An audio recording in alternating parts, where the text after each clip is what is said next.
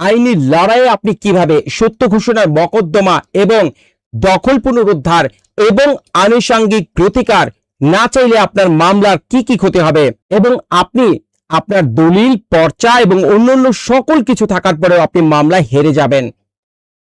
তাই আমাদের এই পার্টি অত্যন্ত গুরুত্বপূর্ণ এবং মনোযোগ সহকারে শুনবেন। আপনাদের যদি কোনো প্রশ্ন থাকে অবশ্যই কমেন্ট বক্সে লিখবেন। আমি আপনাদের কমেন্টসের বিস্তারিত উত্তর দেওয়ার চেষ্টা করব। জমি জমা সংক্রান্ত অন্তত আজ খুবই প্র্যাকটিক্যাল, যেহেতু আইনি বিষয় রয়েছে সেগুলো মনোযোগ দিয়ে শুনবেন। যদি কারো কোনো প্রশ্ন থাকে আমি অবশ্যই উত্তর দেব। শুধু ঘোষণার মকদ্দমা কি যথেষ্ট? দখল পুনরুদ্ধার ও আনুষঙ্গিক প্রতিকার না চাইলে যা হতে পারে, অনেকেই বছরের পর বছর আদালত পাড়ায় ঘোরেন, লক্ষ লক্ষ টাকা খরচ করেন, কিন্তু শেষ পর্যন্ত যখন রায় বা ডিক্রি পান দেখা যায় সেই ডিক্রি দিয়ে তার কোনো লাভই হচ্ছে না। কেউ কেউ বছরের পর বছর মামলার পর মামলা লড়েও নিজের পৈতৃক ভিটায় ফেরত যেতে পারছেন না। কেন? কারণ আপনার মামলার শুরুতে একটি মারাত্মক আইনি ভুল করেছেন। আপনি কি শুধু কাগজের মালিক হতে চান, নাকি বাস্তবে জমির দখল পেতে চান? দেওয়ানি মোকদ্দমা কোনো আবেগের জায়গা নয়, এটি নিখুঁত কৌশলের একটি জায়গা। আজকের এই ভিডিওটি আপনার সেই কৌশল শেখাবে, যা না জানলে আপনার সম্পূর্ণ মোকদ্দমাটি পণ্ড হয়ে যেতে পারে। আমি অ্যাডভোকেট পলাশ মণ্ডল, বাংলাদেশ সুপ্রিম কোর্ট। আজ আমরা আলোচনা করব সেই ভুল নিয়ে যা জাদ্রেল মালিকদেরও পথে বসিয়ে দেয়। 42 ধারার প্রোভাইসো বা ফার্দার রিলিফ। সুনির্দিষ্ট প্রতিকার আইনের 42 ধারার ভেতরে একটি ছোট কিন্তু অত্যন্ত শক্তিশালী শর্ত লুকিয়ে আছে। আমরা আইনের ভাষায় একে বলি প্রভিসো ক্লজ। এই শর্তটি কি? সহজ ভাষায় শুনুন। আইন বলছে আপনি যদি এমন কোনো সম্পত্তির মালিকানা দাবি করেন যা বর্তমানে আপনার দখলে নেই, অর্থাৎ অন্য কেউ সেখানে ঘর তুলে বা চাষাবাদ করে বসে আছে, তবে আপনি শুধু ঘোষণা চাইলে আদালত আপনাকে কোনো সাহায্য করবে না। কেন করবে না? কারণ আইনি দৃষ্টিতে আদালত কেবল একাডেমিক বা তাত্ত্বিক কোনো ঘোষণা দেওয়ার জন্য বসেনি। আপনি যদি আদালতে গিয়ে বলেন, হুজুর আপনি শুধু ঘোষণা দিয়ে দেন যে আমি মালিক, আর আপনার জমিতে অন্য কেউ দখলদার হিসেবে বসে থাকে, তবে আদালত বলবে আমি ঘোষণা দিয়ে কি করব? আপনি তো ওই জমির দখলই চাননি। আইনি ভাষায় বলা হয় একে ফার্দার রিলিফ বা আনুষঙ্গিক প্রতিকার। অর্থাৎ সত্য ঘোষণার মকদ্দমার পাশাপাশি আপনাকে সেই জমি থেকে বিবাদীকে উচ্ছেদ করে আপনার দখল ফিরিয়ে দেওয়ার প্রার্থনা করতেই হবে। আপনি যদি শুধু ঘোষণা চেয়ে বসে থাকেন তবে আপনার মামলাটি মেইনটেনেবল বা রক্ষণীয় হবে না এবং আদালত সরাসরি তা খারিজ করে দিতে পারে। এটি মামলার সেই ব্ল্যাক হোল যেখানে অনেক গুরুত্বপূর্ণ মকদ্দমা হারিয়ে যায়। নজিরের শক্তি। কেন আদালত কঠোর?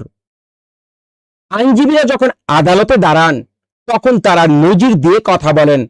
আপনার আর্জিতে যদি সঠিক নজির না থাকে তবে আপনার মকদ্দমাটি দুর্বল। 50 DLR 165। আমাদের সুপ্রিম কোর্টের আপিল বিভাগের এই সিদ্ধান্তটি মাথায় গেঁথে রাখুন। আদালত স্পষ্ট করে বলে দিয়েছে, বাদীর যদি সম্পত্তিতে দখল না থাকে তবে তাকে অবশ্যই দখল পুনরুদ্ধারের প্রার্থনা করতে হবে। এখানে কোনো ছাড় নেই। 7 BLC 212। এই নজিরে বলা হয়েছে, যদি বাদী আনুষঙ্গিক প্রতিকার চাওয়ার সুযোগ থাকা সত্ত্বেও না চান তবে আদালত 42 ধারার অধীনে কোনো ডিক্রি দেবেন না। কেন আদালত এত কঠোর? কারণ আইন চায় না একটি বিষয় নিয়ে আপনি বারবার মোকদ্দমা করেন, যা মাল্টিপ্লিসিটি অফ স্যুট ক্রিয়েট করে। আইন চায় একেবারেই বিবাদ নিষ্পত্তি হয়ে যাক। আপনি একবার ঘোষণা চাইবেন, আবার 5 বছর পর দখলের জন্য মোকদ্দমা করবেন। আদালত এই সুযোগ আপনাকে দেবে না। যা চাওয়ার প্রথম মামলাতেই চাইতে হবে। এই টেকনিক্যাল ভুলটি করলে বড় বড় অভিজ্ঞরাও তাদের জমি হারিয়ে ফেলেন। কি প্রতিকার একসাথে চাওয়া উচিত? একজন সচেতন আইনজীবী হিসেবে আপনি যখন আরজি ড্রাফটিং করবেন তখন শুধু 42 ধারায় সীমাবদ্ধ থাকবেন না। পূর্ণাঙ্গ বিচারের জন্য আপনার আর্জিতে নিচের বিষয়গুলো যুক্ত করা অত্যন্ত বুদ্ধিমানের কাজ। 1. দখল পুনরুদ্ধার বা খাস পজিশন যদি আপনি উচ্ছেদ হয়ে থাকেন। 2. স্থায়ী নিষেধাজ্ঞা বা পার্মানেন্ট ইনজাংশন যেন বিবাদী আপনার সম্পত্তিতে ভবিষ্যতে আর ঢুকতে না পারে। দলিল বাতিল বা অকার্যকর ঘোষণা যদি বিবাদী কোনো জাল দলিল তৈরি করে রাখে। 4. বাটোয়ারা যদি সম্পত্তিটি পৈতৃক হয় এবং আপনার অংশটি আপনি আলাদা করতে চান। একটি উদাহরণ দেই, ধরুন আপনার প্রতিবেশী আপনার সীমানা ঠেলে দেওয়াল তুলছে। এখানে আপনি শুধু ঘোষণা চাইলে হবে না, আপনাকে ঘোষণা চাইতে হবে, দেওয়াল উচ্ছেদ চাইতে হবে এবং ভবিষ্যতে যেন এমন না করে তার জন্য স্থায়ী নিষেধাজ্ঞা চাইতে হবে। একেই বলে স্বয়ংসম্পূর্ণ মোকদ্দমা। আপনি যত নিখুঁত প্রার্থনা করবেন, আদালত তত দ্রুত এবং কার্যকরভাবে আপনাকে সুরক্ষা দেবে। পরিশেষে আইনি লড়াই লড়তে হয় সঠিক অস্ত্র দিয়ে, আর ধারা 42-এর সাথে আনুষঙ্গিক প্রতিকার হলো সেই মোক্ষম অস্ত্র। আদালত আপনাকে ততটুকু দেবে যতটুকু আপনি সুনির্দিষ্টভাবে চাবেন।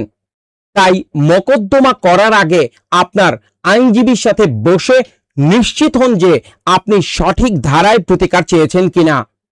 আজকের এই আলোচনাটি যদি আপনার সামান্যতম উপকারে আসে, তবে আমার পরিশ্রম সার্থক। আপনার কোনো বন্ধু বা আত্মীয় কি এমন জমি সংক্রান্ত সমস্যায় ভুগছে? তবে তাকে ভিডিওটি মেনশন করুন এবং শেয়ার দিন। আইনের পথে আলো ছড়িয়ে দিতে আমাদের সাথেই থাকুন। সাবস্ক্রাইব করুন এবং বেল আইকনটি টিপে রাখুন যেন পরবর্তী ভিডিওটি মিস না হয়। আমি অ্যাডভোকেট পলাশ মণ্ডল। আগামী পর্বে আসবো অন্য কোনো গুরুত্বপূর্ণ আইন নিয়ে।